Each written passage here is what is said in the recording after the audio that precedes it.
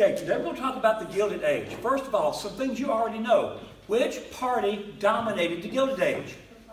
Without a doubt, the Republican Party. And guys, this is a result of radical Reconstruction. Okay, it's a result of the election of 1876, where Rutherford B. Hayes was elected. In exchange for the White House, they removed military Reconstruction from the South. Okay, so the Gilded Age is going to be a Republican time period. Remember these things about it. Okay, this is the fruition of the American plan. This is when Hamilton's plan, Henry Clay's of the American system, this is when it comes into fruition. Because everything that happens in the Gilded Age is going to be designed to help business. Okay? All right, let's get started. First of all, Democrats. Not going to be a heck of a lot here. Okay? Keep this in mind about the Democrats. The Democrats were devastated by the Civil War. The main part of their constituency was always the South. The South is gone now. And all those Bourbons and Redeemers are trying to claw around to reinstall home rule. So the only Democratic progress you're going to have is going to be in the North. Okay? So the first thing, this is important. The Democrats were weakened by the war. They were ripped in half.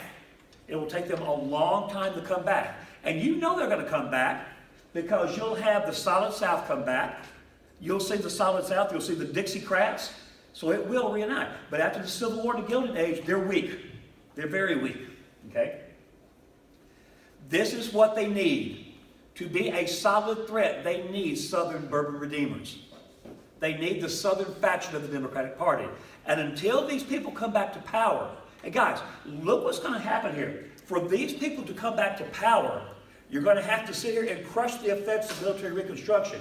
You can't let those former slaves vote if you're a Bourbon Redeemer. So what are you going to do? You're going to make sure they don't get to the polls. That means you're going to give these people bed sheets and pointy hats. You're going to make real sure that Jim Crow laws are in place. So until these people come back to power in the South, the Democratic Party will not be as strong as it could be. Once they do come back to power and the Democratic Party comes back together, they'll be a monolith. They'll be hard to beat. Okay? Okay. This is something you always want to dump this in an essay about this because it gets you big points. When Republicans were running against Democrats in the Gilded Age, they always accused the Democrats of being the party of the 3 R's. Okay? R number 1, rum. And the reason is because the Democrats supported immigration. You know this. This is the old boss tweet agenda. Meet them when they're coming off the boat. Give them a hot soup. Give them bread. Get them a job. Because immigration is going to build their constituency. Guys, the Northern Democratic does not have a constituency. They're trying to build it through immigration. That was the whole thing about Boss Tweed and Tammany Hall. Okay? So because the Democrats are pro-immigration and immigrants typically bring drinking with them, they're known as the party of rum. Okay? The party of Romanism, because the Democratic Party will support Catholics, especially the Irish.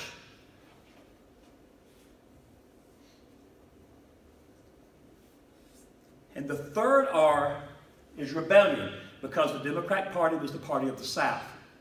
Okay? These are important things to throw at an opponent in a campaign, because you can't deny it. You can't deny it. Republicans, on the other hand, will get up there and wave that bloody shirt. Okay? I think you read this when I told you this or something, that I think it was William Butler who was campaigning and said, you know, look at this shirt. Look at your worn and battered bodies, veterans. Every wound you have on your body was given to you by a Democrat. And when they say that, they're referring to the Civil War. Okay? So this is powerful medicine. Very powerful medicine. Okay? Okay. Agrarian discontent. Now we're talking about the populace and about the populace and farmers. Democrats in the Gilded Age will be the party that will represent them. In fact, you know this, by the 1890s, they will merge together with the populace. So if you're a farmer and you don't like it, guys, look who farmers are waging their battles against. These are the robber barons, the people that own the silos and the railroads. Okay? So farmers and people who need these things will join with the Democrats. Okay? By 1896, populism will start to fold over into progressivism. Guys, populism is agrarian discontent. They're farmers. They want to change things so they can plant their crops and survive. The middle class will grow during this time period. And in 1893, the Depression will wipe them out. They'll stage a comeback. And when they do, they're going to make sure that they're going to reform government to make sure that this Depression never happens again. These are the progressives. Guys, there is a progressive element in today's Democratic Party. Progressives always want to move forward, okay? When you look at today's Democratic Party and progressives and you see people talking about democratic socialism, Bernie Sanders was on television last night talking about this type of stuff. Americans get scared of this stuff. It's new, it's frightening, it's scary. The progressives in the latter part of the 19th century were just as scary. They're talking about things like reform, okay, about reining in all these monopolies and things like this. So when you have a progressive wing of any party, they're willing to take risks. They want to change things, no matter what time period it is. This time period, the progressives. Remember that the progressives want government to be the agent of change. Okay? They don't feel like political parties have to do it. They want Congress to pass rules, Sherman Antitrust Act and things like that. So what they want to do is reform government to make sure that we never have another depression. Okay? Okay. They are the party of soft money. They believe in the 16-to-1 silver-to-1 ratio. They believe in bimetallism. They believe in paper. It's important. Bimetallism is when you have two metals making up your coins, your metal coins, silver and gold. It's mixed at a ratio of 16-to-1. 16 ounces of silver to 1 ounce of gold. When you have that, guys, if you've ever cooked a meatloaf before and you put breadcrumbs in it to make the meat go further, that's what this does. It makes your gold go further. Okay? So therefore that, they want to put more money in more people's hands. And you do that by cutting your gold with silver. Okay? You also print paper money. So they are for an expansion of the economy. Does that make sense? Okay? More people in more people's hands. More money in more people's hands. Okay? You know this. They do not like a tariff. They are very, very much against a tariff. Guys, what did I tell you about Democrats and Republicans and tariff? What do Republicans do with it? Raise it. What do Democrats do? Drop it. Always remember that. There's a question on your test coming up about that. Oh, I gotta wait. I'm sorry. Okay. There's a test coming up. It's about John F. Kennedy passing a trade agreement. Okay. If the only thing you know about John F. Kennedy is he's a Democrat, you can answer that question. Why? Because you know what he does with the tariff. Okay? Okay. Reform. The Democrats will be a party of reform. Guys, there's something very Jacksonian about the Democratic Party in the Gilded Age. And the main thing is they don't like tariffs, which is part of the American system. Okay? They don't like all this other stuff. So Democrats are going to be Jacksonian in that they are going to attack what the Republicans have put in place. Okay? They're the party of reform. Okay? And when it comes to the end of the 19th century, when we start waging war, the Spanish-American War, they're anti-imperialist. They do not want us going overseas. They do not want us to create an American empire. The American Anti-Imperialist League, okay, is part of this. Okay, so everybody gets so far. Okay. Here we go. The Republicans, it's good to be king. The Gilded Age, and guys, I'm thinking of this in terms of writing essays. If you see something in that prompt that says Gilded Age, or if you see something that says between the years 1876 and 1900, Gilded Age should scream at you. And when you hear this, one of the first things you do is write down that. It is the Republican part of our history. The Republicans are going to have pretty much free reign. They're going to instill Hamilton's financial plan, Clay's American system. Okay? First thing, they're dominant. The Democrats will make inroads only one time. That's the two times that Grover Cleveland's elected. Between 1860 and 1912, one Democrat will hold office, and that's Grover Cleveland. The rest of the time it's Republicans. That is domination. Okay? The second thing, you know this already, they are the party of big business.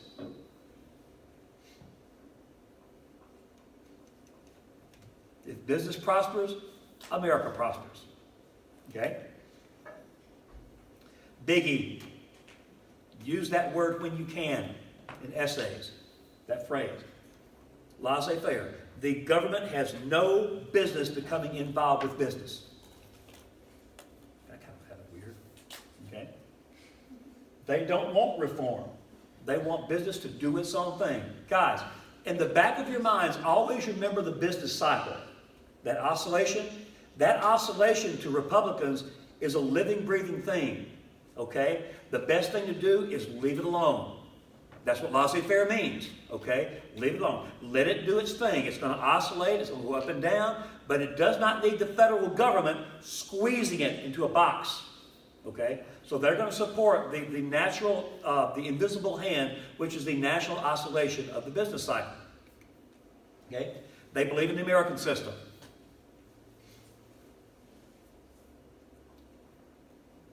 It's weird. If you look at America from the perspective of this, Hamilton won. In the great battle between Jefferson and Hamilton, Hamilton won.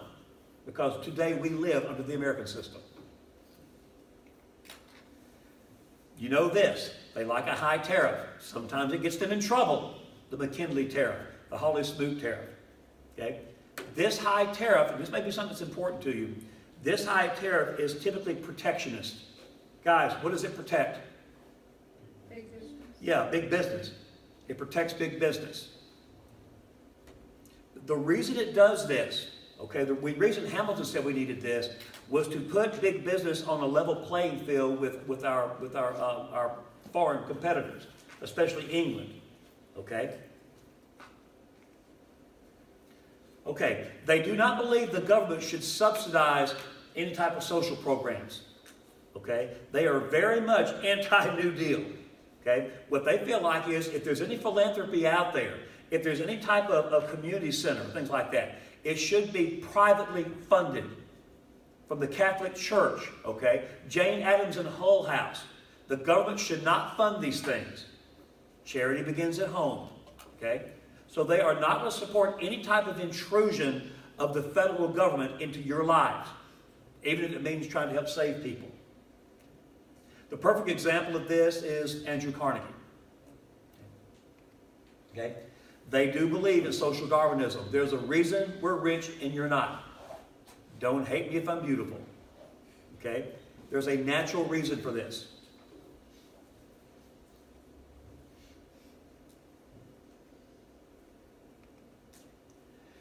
They like the gold. Gold is a restrictive money basis. There's only so much gold in the world, okay?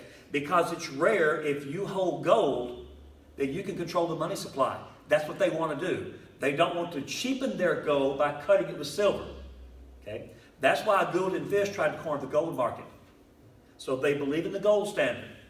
In other words, instead of an expansive system like the Democrats want, they want a restricted system. Guys, the Republicans believe in micromanaging everything.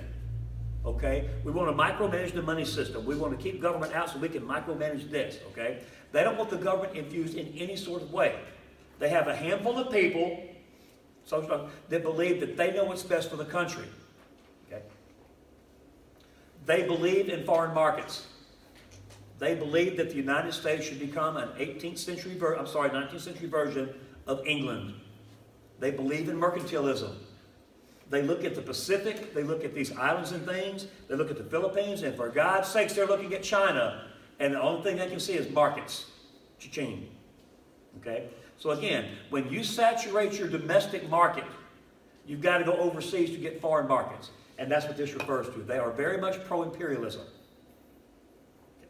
Is everybody good? Okay. All right.